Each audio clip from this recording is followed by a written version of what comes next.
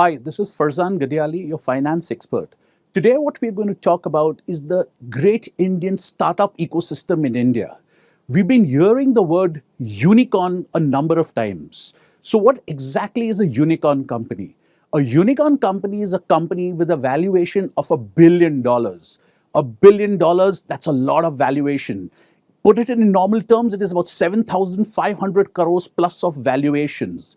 What have we seen? We've seen about 44 such companies in 2021 and taking the total aggregate to about 100 unicorns in India. It is estimated that by about 2025, we will have about 250 unicorns. So what does that really show? That as far as the startup ecosystem is concerned, India indeed has become the startup nation. Fourth largest number of unicorns in the world, and really the ecosystem is flourishing. At the same time, what we really see is large number of small and medium enterprises.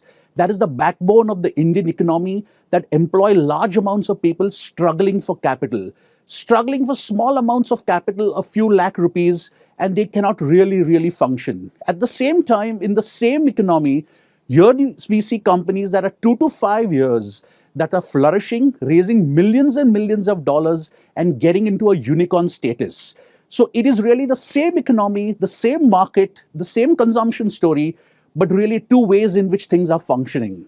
Why is that the case? The general SMEs and family-run businesses, what they really look at is they look at the debt side of capital. Take a loan, acquire an asset, use it over a period of time, take another loan and keep growing slowly. Slow and steady, we keep growing. However, if you really look at the startups that have become unicorns, they have disrupted business models. They are growing exponentially, and people are really, what they are doing is not borrowing money as loans, but they are really giving equity stake. That is, they are making investors their partners and really facilitating this growth. So if you look at the system that is really there, the whole ecosystem, to start with, we have angel investors. So who are the angel investors? As the name suggests, these are angels that will invest in very early stage companies. These companies could be probably pre-revenue or revenue. They will invest about a few crores of rupees to a few $1 million because they feel that these companies will really grow. If they invest probably in individual capacities, they will really be angels. But a lot of times, a group of angels really comes together, and we have angel networks that are really prevalent in India. Today, not only Tier 1 cities, but even Tier 2 cities and across the length and breadth of India, we see a lot of angel networks that are really there. Then we have what are known as venture capital funds. These are professionally managed funds registered with the regulator SEBI, the Security Exchange Board of India. They invest millions of dollars in these early stage companies, take equity in these companies, and really look at the growth story that is there. Of course, we've had startups that have really proved themselves. In the last 12 months, we've seen a number of startups that have got listed. We have the Nykas of the world, we have Zomato, we have Paytm that have got listed on the stock exchange. On the stock exchange, you have a number of places where you can get listed. You could get listed on the small and medium enterprises platform that the Bombay Stock Exchange and National Stock Exchange has. At the same time, you could probably get listed on the startup platform of the Bombay Stock Exchange or the main board where these startups we just named got really listed. They have done something right. If you really look at it, most of these startups got a valuation and market capitalization in excess of 1 lakh crores on day of listing. So there has been a lot of investor interest, not only from institutions, but also from the retail investors. When we look back a little, Infosys, one of India's best and most largest company, took 13 years to reach really 1 lakh crores of market capitalization. And a number of these startups really reach 1 lakh crore market capitalization on day one. So what does it really show? It's a different lens in which people are really looking at really valuing these companies. What is the age-old belief of doing business? That jab dhanda karo, make profit. You need to make profit, and based on your earnings or profit, you get a valuation. That is the age-old way of doing it. In India, we are very well known for this logic of 1,000 days. What is 1,000 days? If we do not make profit in a business in 1,000 days, shut it down. It will not work. That has been the way Indian ecosystems have really been there. However, These startups are not really looking at profitability as a lens. What are they looking at? They are looking at top line or sales. They are trying to really penetrate in the market, create a market share, and increase over a period of time. Month after month, year after year, they keep losing money. They are not profitable, even though they get a lot of valuation and market capitalization, thereby clearly indicating that the way we value companies, the way we look at things have changed over a period of time. So investors, even at a retail level, do not judge a new age technology company the same way you would judge probably a age-old company that is really there. It's a different approach. It's a new approach that is really, really there. That just goes to show that they are doing something right as far as the whole scenario is concerned. So when you look at a startup, 2 to 5 years, they are challenging companies that have been really in business for decades together. They're getting more value than companies that have been established. So it's the David versus the Goliath that is really happening. And a lot of startups today are really acquiring well-established companies. So if you sit back thinking that, it's not going to affect my business or it's not going to affect the age-old company, that isn't really the case. Today, a small startup with innovation and lots of capital from investors, venture capitalists, angel investors, are challenging age-old companies that are really there.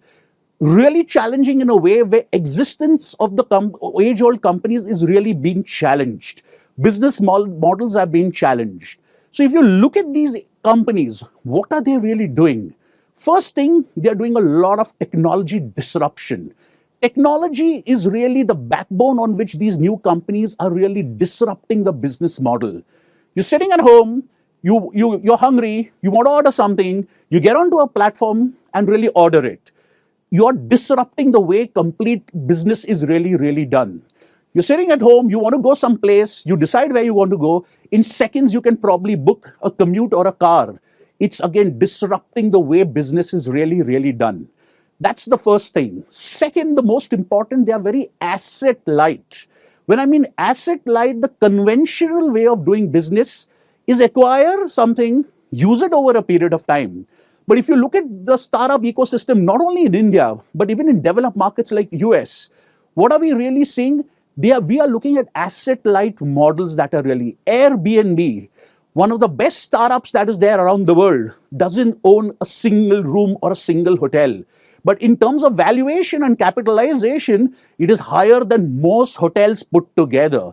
Uber doesn't own a single cab that is there, doesn't have employment of a single driver that is there, but it's valued way, way higher than most of these other companies that are really there. If you look at one of the best unicorns in the world, Uber doesn't own a single cab, nor any of those drivers really work for Uber. It's a complete asset-light model, but the valuation that it has got is really phenomenal. So that just goes to show the asset-light model helps to really scale up very, very fast. That comes to the next point, the very important point. What is the total addressable market? Is the startup really giving a solution to the addressable market?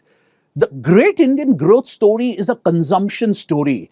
Brands and companies around the world want to come to the Indian market for a simple reason that they really want to participate in the consumption story of India.